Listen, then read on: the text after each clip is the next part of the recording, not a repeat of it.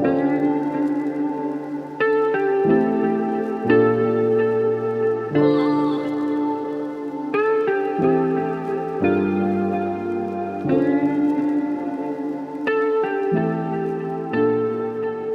to the Evolution Real Estate Podcast, where our tagline is staying up with ever-changing modern real estate market. So Scott and I, this is our third episode here. So if you haven't been here yet, we kind of just break down some topics that we think are interesting that's happened to us lately. And then we get into some scheduled content, kind of the meat and potatoes of the whole thing. From getting some feedback from viewers and whatnot, we actually decided to add a local market update to all of these as well. So that way you can stay up to date with what's going on in our local market here in the Twin Cities in Minnesota. So, Scott, just give a quick intro of who you are and what you do. Hey, Justus, thanks for the introduction. Scott Ebel here with Realtor with Greater Midwest Realty, and I'm super excited to be here to share some tips, tricks, and behind the scenes secrets of what's going on in today's market. As usual, I always like to start off and kind of share some market statistics. So, Justus, I'm going to try and share my screen here and go over what's going on in the market. Yep, got it. You got it? Okay, super. So looking at the market right now, closed sales for October through 2021, currently we're at 6,012 closed sales for the month. How does that predict, or how does that weigh out from a year ago, 2020? We were at 7,117, so not too far off of what we had seen a year ago. Moving on to what homes for sales, and really what's on the market right now, or as of October 2021, we've got 7,804 properties on the market.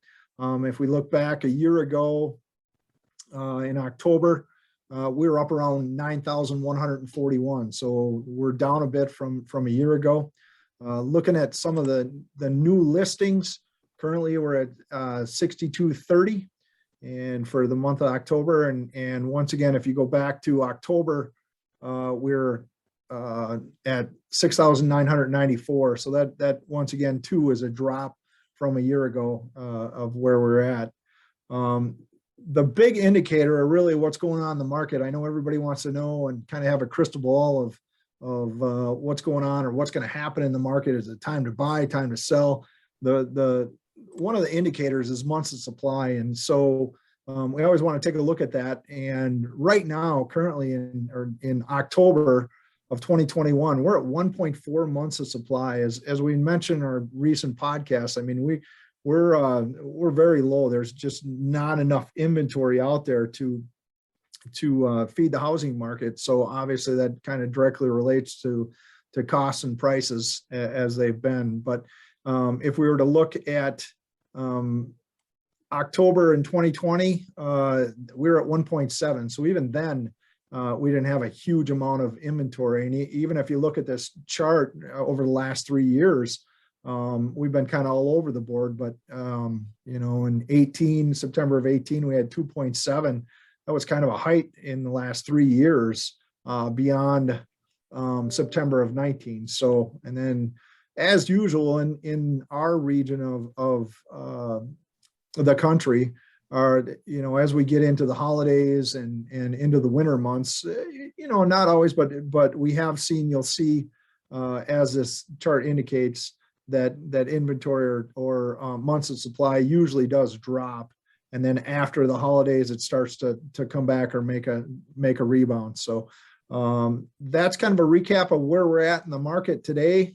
Where we're going to end up, who knows? But that's why we keep looking at the numbers and analyze them, and that tells kind of the story and really where we're at. So I'll turn it back over to you, Justus, and we'll keep moving forward. Yeah, and for those wondering what rates are doing, rates are slowly creeping upward. I can't talk about specific rates on podcasts or anything like that, but just know that they're creeping upward. All indicators say that they should be near 4 next year, at the end of next year. So they're just kind of making their way up. Hey, podcast listeners, I'm just making a note that I actually was able to find a way that I could share rates on these types of podcasts after we started recording, so I'll be able to have that going forward. But what you can see here is a Freddie Mac report. This goes from 11/17/2020 to 11/17/2021 when I'm editing this video.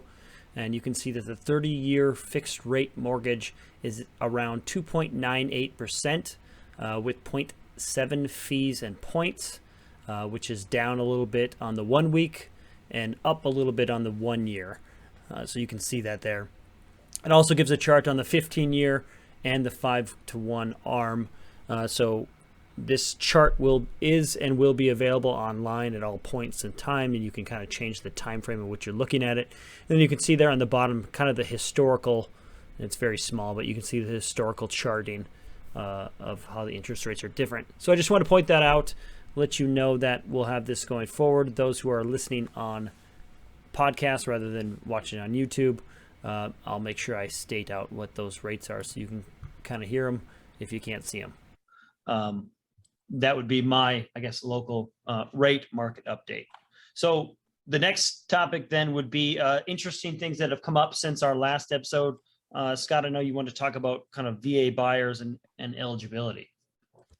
You know, that's a great topic, and it is interesting. What has recently happened was, not everybody know, I work with a lot of veterans, as I may have mentioned before, and love to do so.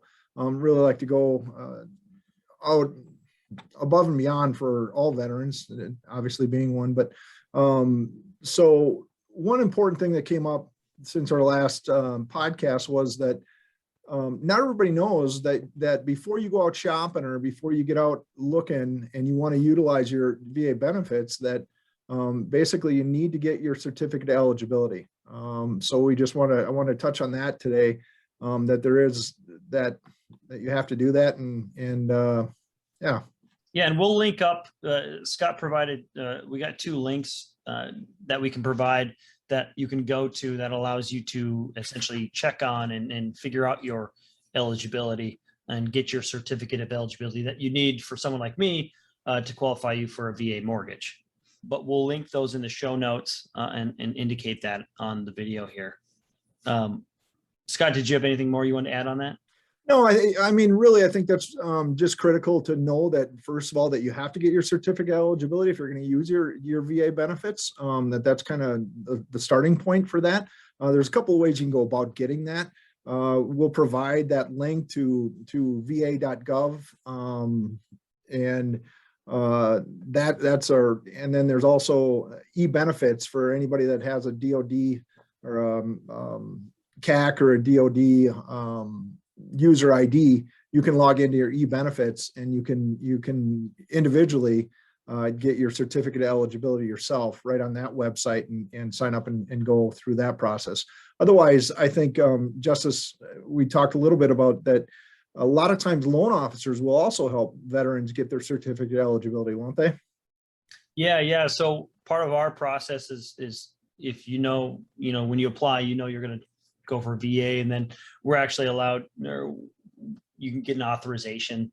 You give us an authorization, we can pull it internally from the government in order to get that if you don't have access to it. So yeah, we can pull those kind of things as well. Right. I actually have a great reference. It's a little book that the VA puts out. Some veterans may have seen this before, but it's kind of a VA guaranteed home loans, and I'll just kind of hold it up there and show people. But this is available also. Pretty good reference that walks through the whole VA purchasing and the loan process. So pretty good reference. I know that the military has a lot of great references out there to utilize your benefits. So good stuff. Good stuff. Perfect. Yeah. And ironically, my topic kind of segues with that, with government loans, which would include VA loans and FHA loans, specifically for condos. So my topic was specifically for condos. So they are a little different than, if you're a conventional loan buying a condo, that's one thing. But if you're buying it with a government loan, which is VA or FHA, then the condos specifically have to be on an approved list. So that just means that the VA or the FHA is saying that this association is up to their stuff, that, they have their documents in order and everything. And then the association themselves has to apply to get VA or FHA approved quality on that. So I'm just going to share my screen quick and just show you, because I had this handy. So you can see here that we got the condo. I already got it up for Minnesota because I have a client who's looking at a condo in the Lowry building here in the cities in St. Paul. And so you can see I typed in the state of Minnesota and typed in the condo name, the Lowry. And then when we click send at this website, it brings us up to the actual association. And then this is where you can tell if it's approved or not. And so this is anyone has availability to this. So you don't have to have a special subscription or anything. You can literally just go on Google and type in FHA approved condo list, and you can find this website. And you can see that this one's status is approved, and the approval expires in 2024. So just something to keep in mind when it comes to when you're looking at condos for VA and whatnot. Scott, maybe you can mention what the difference is between, because a lot of people might not know what the difference between a condo or a townhome is. Yeah, that's a important point, because you'd think they're one and the same, right? But for financing purposes and what have you, they definitely are not. As you had mentioned, when it comes to FHA, and you want to utilize that financing, that association or that condo has to be approved for FHA, as you just mentioned. Difference being is that with condos, you own the space per se, and they typically are CIC, common interest community associated, and it really has to do with how they were established. The association and bylaws and what have you were all established when the developer and builder put together that project, right? And to do with the city. So the difference being is that with townhomes, you own the land, or a portion of the land, or you own that. That's kind of the big difference. But it's not always cut and dry and real clear with even a townhome or either or. So you really got to check those lists, and not everybody knows to check your FHA approved condominium, approved, and that's something they have to apply for every 2 years, every couple of years to be approved and go through that application process. So just something to be aware of whenever you're looking out buying at those types of properties. Doesn't affect a single family home, but whenever your community, common interest community type properties, that's where this comes into play, associations.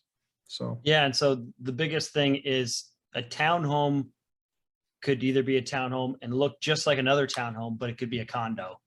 So again, it doesn't necessarily mean condos are not only just in buildings where they seem like apartments. Condos can also be laid out in property developments and look like a townhome. So that's just kind of part of the job of a realtor and a lender to make sure you're getting in the right spot for that. So Scott, let's move on to our scheduled content, which is kind of a continuation of our last episode. So this is, our last episode went from what you start before buying a home all the way up to getting an offer accepted. So today we're going from your offers accepted all the way to closing. So with that, our offer got accepted. What does that look like in kind of the back and forth to get an offer accepted with, a list agent and a buying agent kind of going back and forth? Well, once again, touching on that, that's the whole negotiation process, right? It's kind of the dance between the buyer and the seller and the two agents or whoever's involved, really trying to do the best they can for their clients and negotiating it out and coming to a common agreement, right? And so along with that, as we talked in our last episode, which I'd never seen before, or seemed to be pretty rare, that a lot of buyers, not all, but a lot of buyers felt like they had to almost remove the opportunity to do home inspections, right?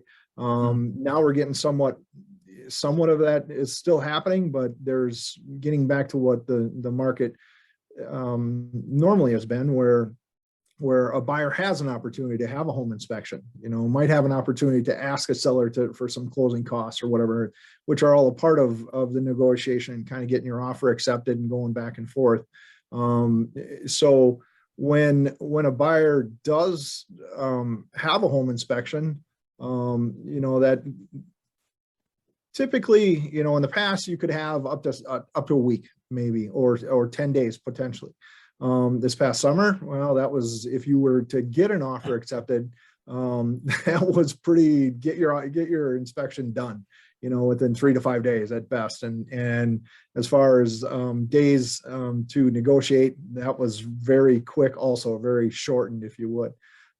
So that's kind of, where we've been, and very much a part of getting an offer accepted.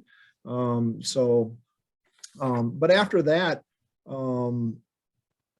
yeah, I mean, whenever a buyer, now just to talk about when a buyer has a home inspection, that is a cost that the buyer pays for, and it's not a guarantee by any means, Justus.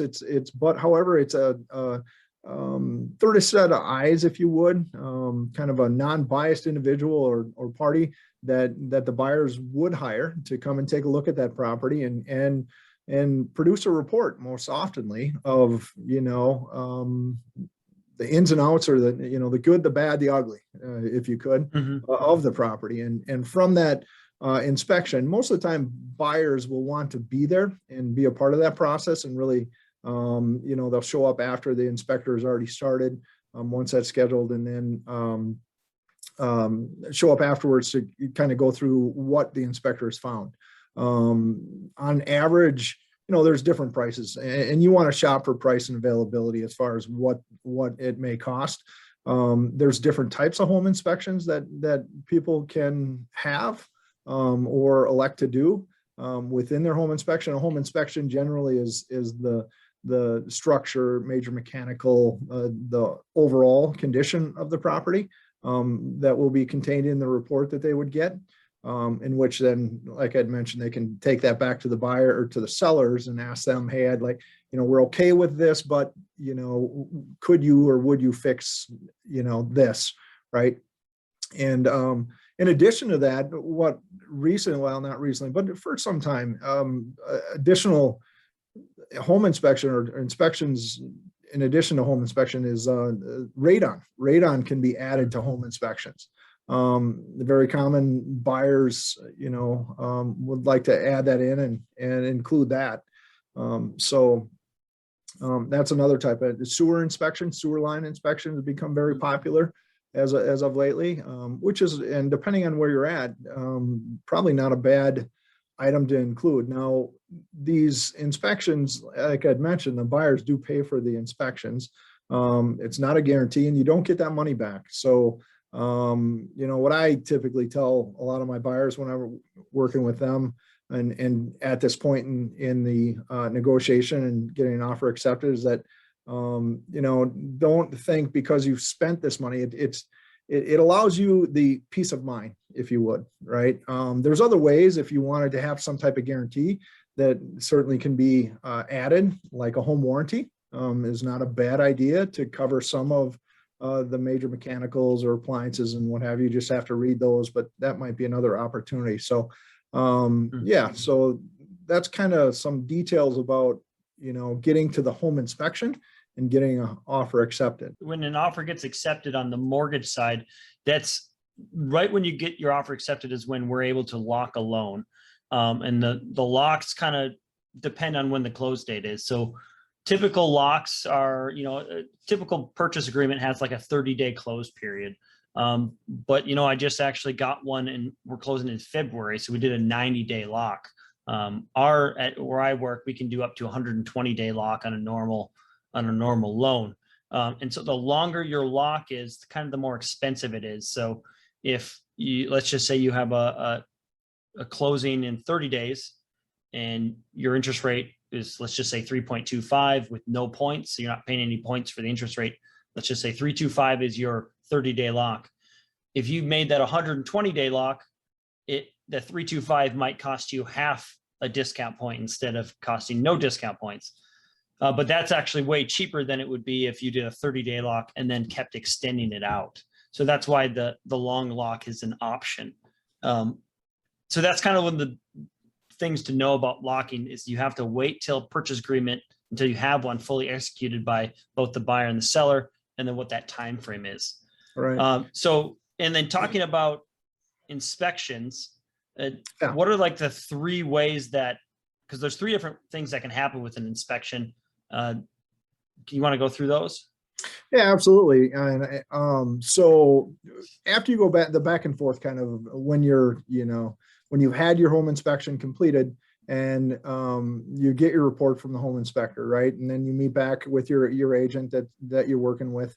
And it's time to review that report, right? And take a look at it and with your buyers and buyers say, you go down this list and I'm okay. So there's three things that typically will happen. So the seller can either accept, reject, or counter. Okay. When the buyer comes back to them and says, I'm okay with this, but I'm not okay with this, and what have you, right? When they're looking at that report. So what I mean by that is that, so the three things, so if the buyers send back what would be an inspection contingency counter to the sellers, they would like them to fix a window and maybe, tune up the furnace or what have you, right? So at that point, the seller would have an option to accept, reject, or counter any or all of the items that the buyer has requested, right? So but once you've come to terms or you agree upon however that shakes out, that's when your purchase agreement becomes fully accepted or executed as known in the industry. Yeah. And so once those contingencies are removed, that's when on my side, I can now order the appraisal. We can order title work. Appraisals, just making sure that the value, so the purchase agreement states, what you're willing to pay for it. The appraisal makes sure what you're willing to pay for it is what the bank is willing to lend on it. So sometimes that gets confused with first-time home buyers is the difference between an inspection and an appraisal. An inspection is that breakdown of the house to see essentially what's wrong with it, what's right with it, and get you a report on that, where the appraisal is all about value. So don't get those confused. And then title work. So title work's job is to make sure that when you close on the home, it closes in your name and your name only. So whoever's on the purchase agreement and the mortgage and in title, their names are associated with that. No one else can come lay claim to it. That's kind of title's main job. And then at that point, in my world, we're collecting documents more than we did up front in the pre-approval. And so we're getting everything collected so that we can submit into an underwriter. So the underwriter can look at it, make sure it all fits with the program we put you under and all the different guidelines all match up. And then you get, a conditional approval. And the conditional approval is essentially just saying like the underwriter, kind of like the same thing with the contingencies, is the appraiser or the underwriter is saying like, hey, all this is good, but I want an updated pay stub and then we're good. So they're kind of like giving you a conditional approval saying like, if you can match this or meet up with this, then I'll give you a full approval. That full approval then just means you get the magical words everyone wants to hear, that you're clear to close. Everyone in the industry loves that because that means you can actually buy the home that you're offering on. And then just to go through in case, touching back on the appraisal. So obviously we talked about appraisal being what the bank will lend on. So if the bank says, if you're buying a home for 300, you offer it for 300, and then the appraisal says 280, that's what we appraise it at. The bank is only going to lend up to 280. So then we have kind of some, we're at a standstill for a second. So Scott, what does that look like on your end when an appraisal comes in low? Well, it's funny you bring that up because this year has been a tough one. It's kind of been odd because of the competitive market and offers being much over list and or like you just stated, the appraisal not coming in, right, or enter the value. So there's a couple of things that can happen at that point. The seller could say, okay, I'm willing to sell it for what the appraiser appraised it for, which usually is not the case. And another option is that the buyer would agree to make up the difference, right? So they would have to literally have capabilities or means to bring cash to closing to make up that difference and still close on that loan. Or they could both agree to kind of meet in the middle or to compensate one another or do something, you know, of the like. So those are kind of what happens at that point. But yeah, appraisals, you know, that's a whole nother animal, and everybody kind of forgets about that until you get to this point. And obviously it's vitally important because whenever you're borrowing money, an appraisal has to be done, and you know, it's critical that it's there, that the value comes in. So, but yeah, and then on the lending side, we do have an option to do an appraisal reconsideration. So that's where, you know, when you get an appraisal, you'll see that the comps, the comparables that they usually have, you know, between 3 and 6, and they're usually within the last 6 months in the same area, same type of home. So with a appraisal reconsideration, with the help of a lender like, or a realtor like Scott, we get a couple other homes or something like that we think, well, maybe these are a better fit than what the appraiser chose. Honestly, it's not all that successful. You know, no. I mean, I probably have like a 10% success rate in just even making any kind of change. Most of the time the appraiser's like, no, you know, kind of like, thanks for trying. But that's kind of like on our end, kind of what the lender can do. Most of the time it falls into the realty side to kind of like work out that stuff. How often has it happened to you where a low appraisals happened and then the deal just kind of falls apart?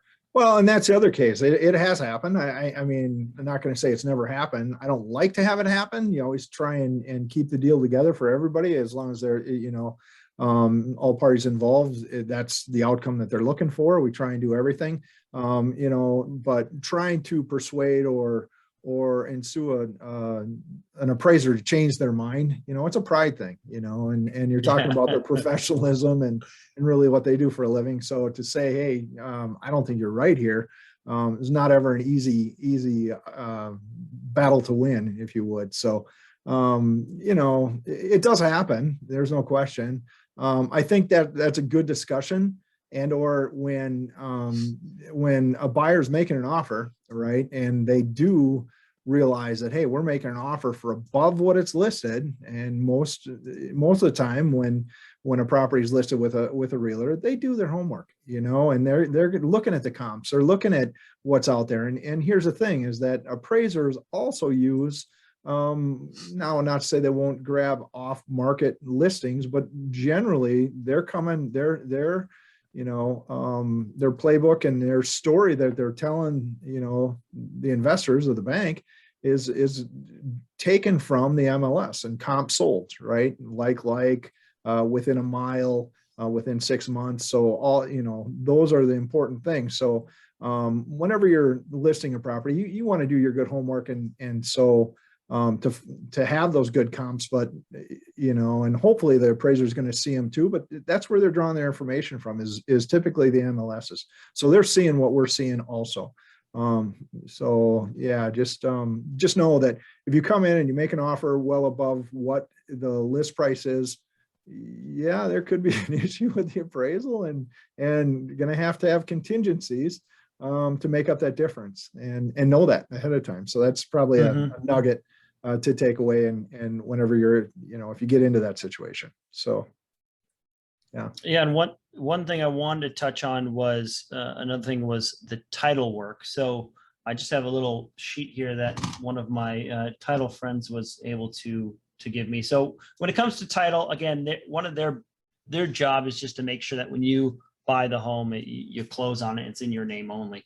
And there's kind of two different, you know, most title companies have the kind of the same costs, but there's two things on title that's kind of a big deal. That's the title's lender's policy and the title's owner's policy. So the title's lender policy, that's essentially, it protects the lender against all the kind of the bad stuff that can happen when it comes to title. So I'm just going to read off the list here. The most common hidden risks that can cause loss of title or create an encumbrance on title is false impersonation of the true owner of the property, forged deed or released wills, undisclosed missing heirs, misinterpretations of deeds or persons of unsound mind, deeds of minors, deeds of persons supposedly single but are in fact married, fraud, and liens for unpaid real estate inheritance or income gifts or taxes. So you can kind of get a quick idea that all that kind of stuff could be kind of a big deal if you're trying to buy a property and something like that happens. So with the lender's policy, that one specifically protects the lender. And then there's technically an optional owner's policy. Now it's optional, but there's really no sense in not getting it, because for the overall cost, for the 1 in a million chance that you would need it, it's worth the money. Because think of any of that kind of stuff, how that can get drawn out in court. And this cost is probably, you know, between $300 and $500 for you to buy it as part of your closing package. And you would spend more than that talking to a lawyer in an hour about this kind of thing. So title, it's one of those costs that's, you're like, why am I doing it? But it in the end, it makes sense, because it's your biggest purchase that you're ever going to make, and you want to protect it. And that's kind of title's job. Yeah, a long time ago, there was an old broker that had mentioned or tried to explain this to me, and of what an owner's policy was, because it's you know, when you go to closing, it's like these fees and they kind of add up, right?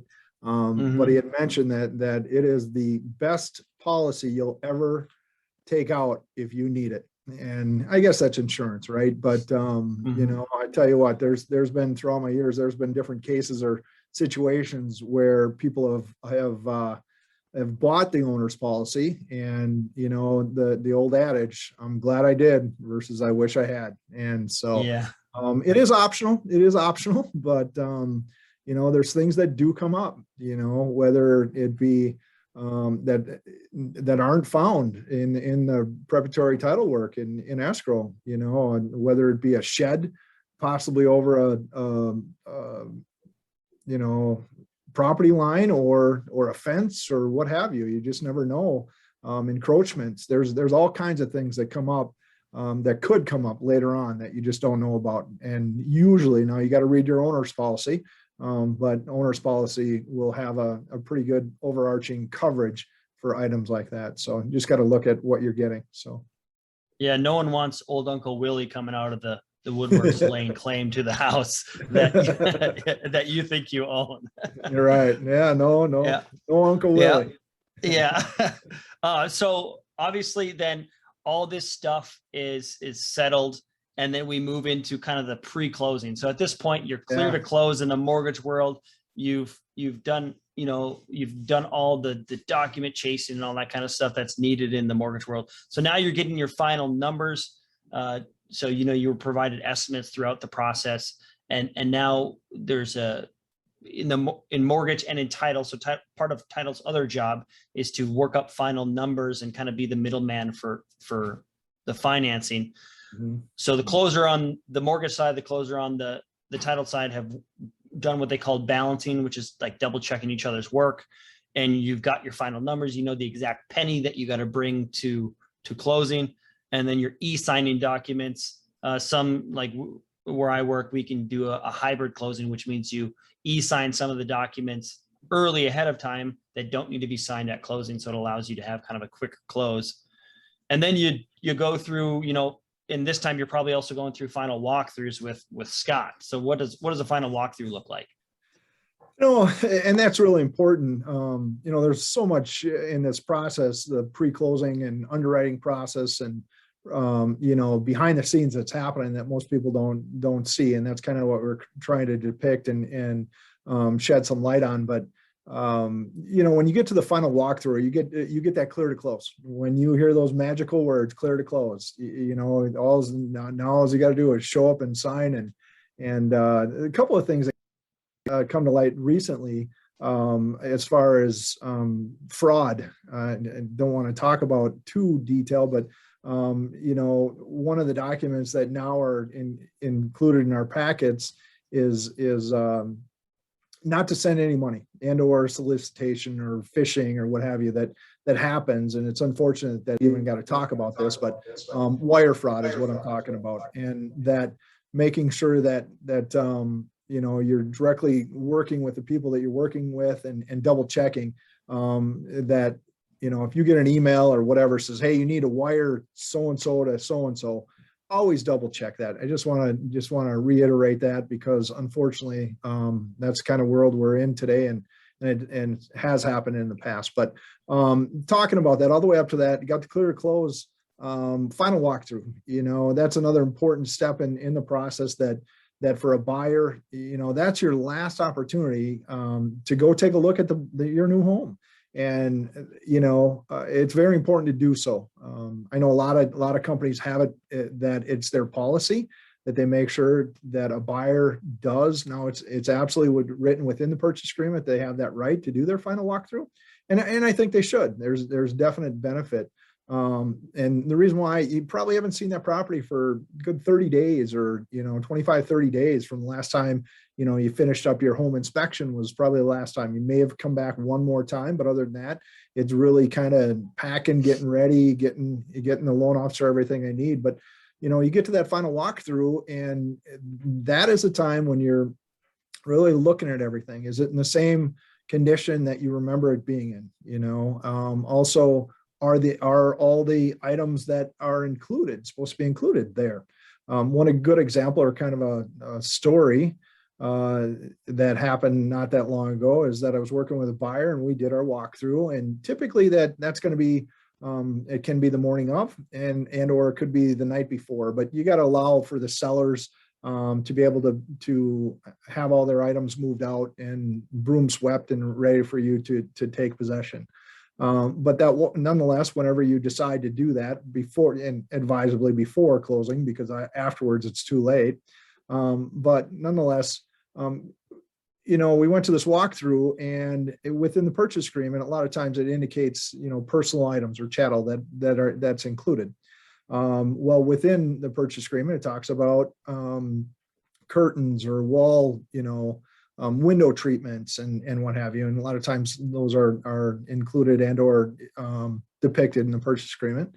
And we happened to go through, and none of the curtains were there. They were all gone.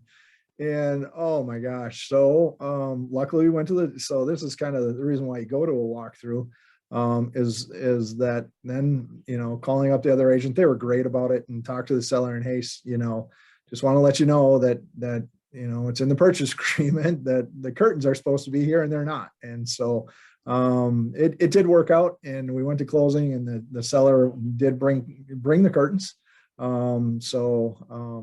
It did work out. But that's one example or a story of things to look for when you go to a final walkthrough, and just making sure, appliances would be a good, check, make sure they're working. Some of those things, run them, run the water, run the, that's your time to double check and make sure you're good with the acceptance of the condition that you're about to receive that home in. So that's some of the details and kind of what your final walkthrough looks like right before closing. So and now the fun part. Actual closing. Woo! This is what everyone wants. Yeah. So the day you close, at least here in Minnesota, you are funding and closing on the same day, meaning that the moment you sign the papers and the seller's already signed theirs, you can more than likely go ahead and move in, unless there's some sort of contingency in your offer where you're doing like a rent back or something. But in a normal situation, you close and you move in.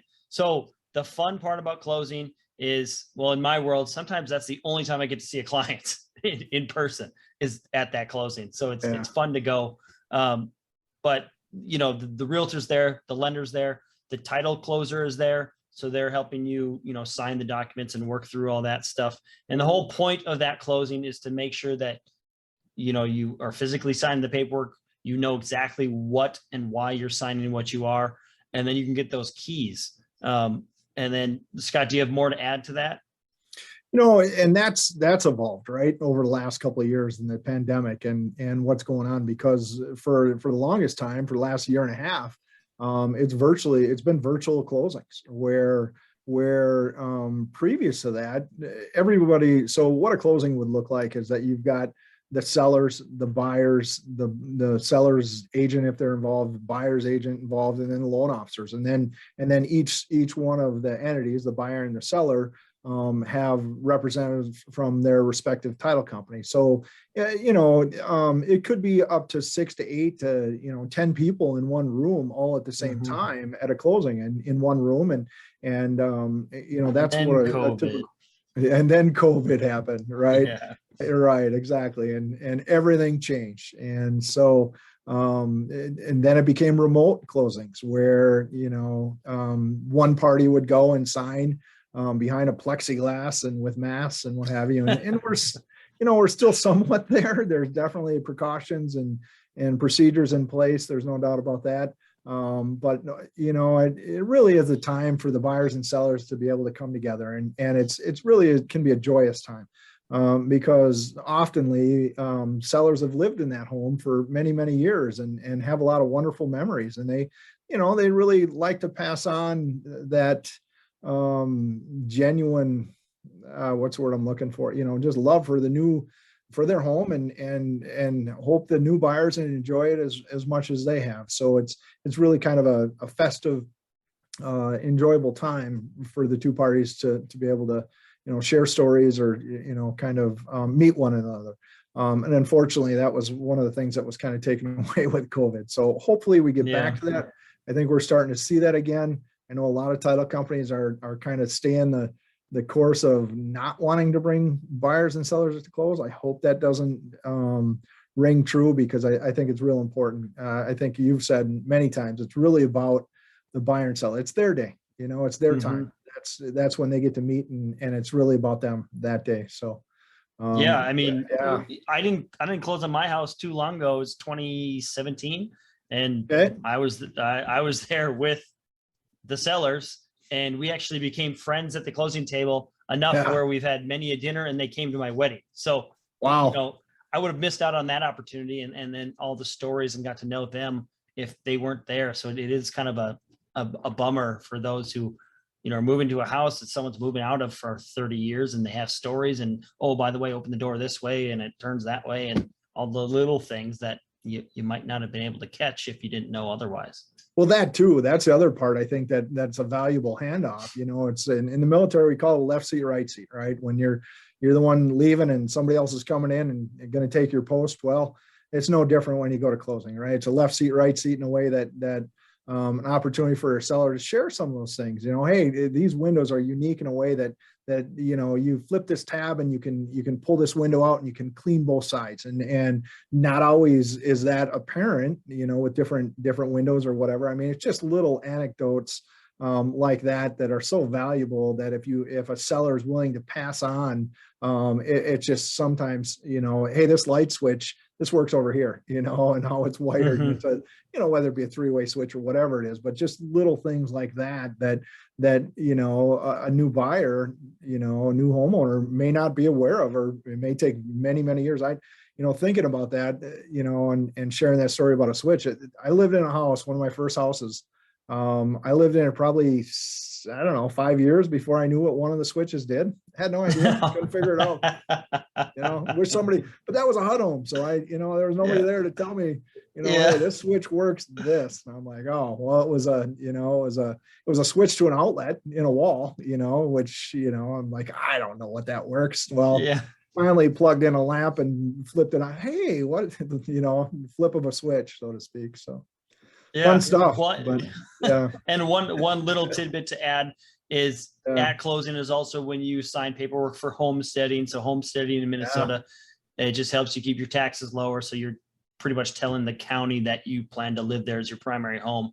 So if you end up buying it if you end up moving out and turning it to non-homestead, or if you're an investment purchaser buying a non-homestead property, your taxes are probably 10 to 15% higher. They definitely are higher.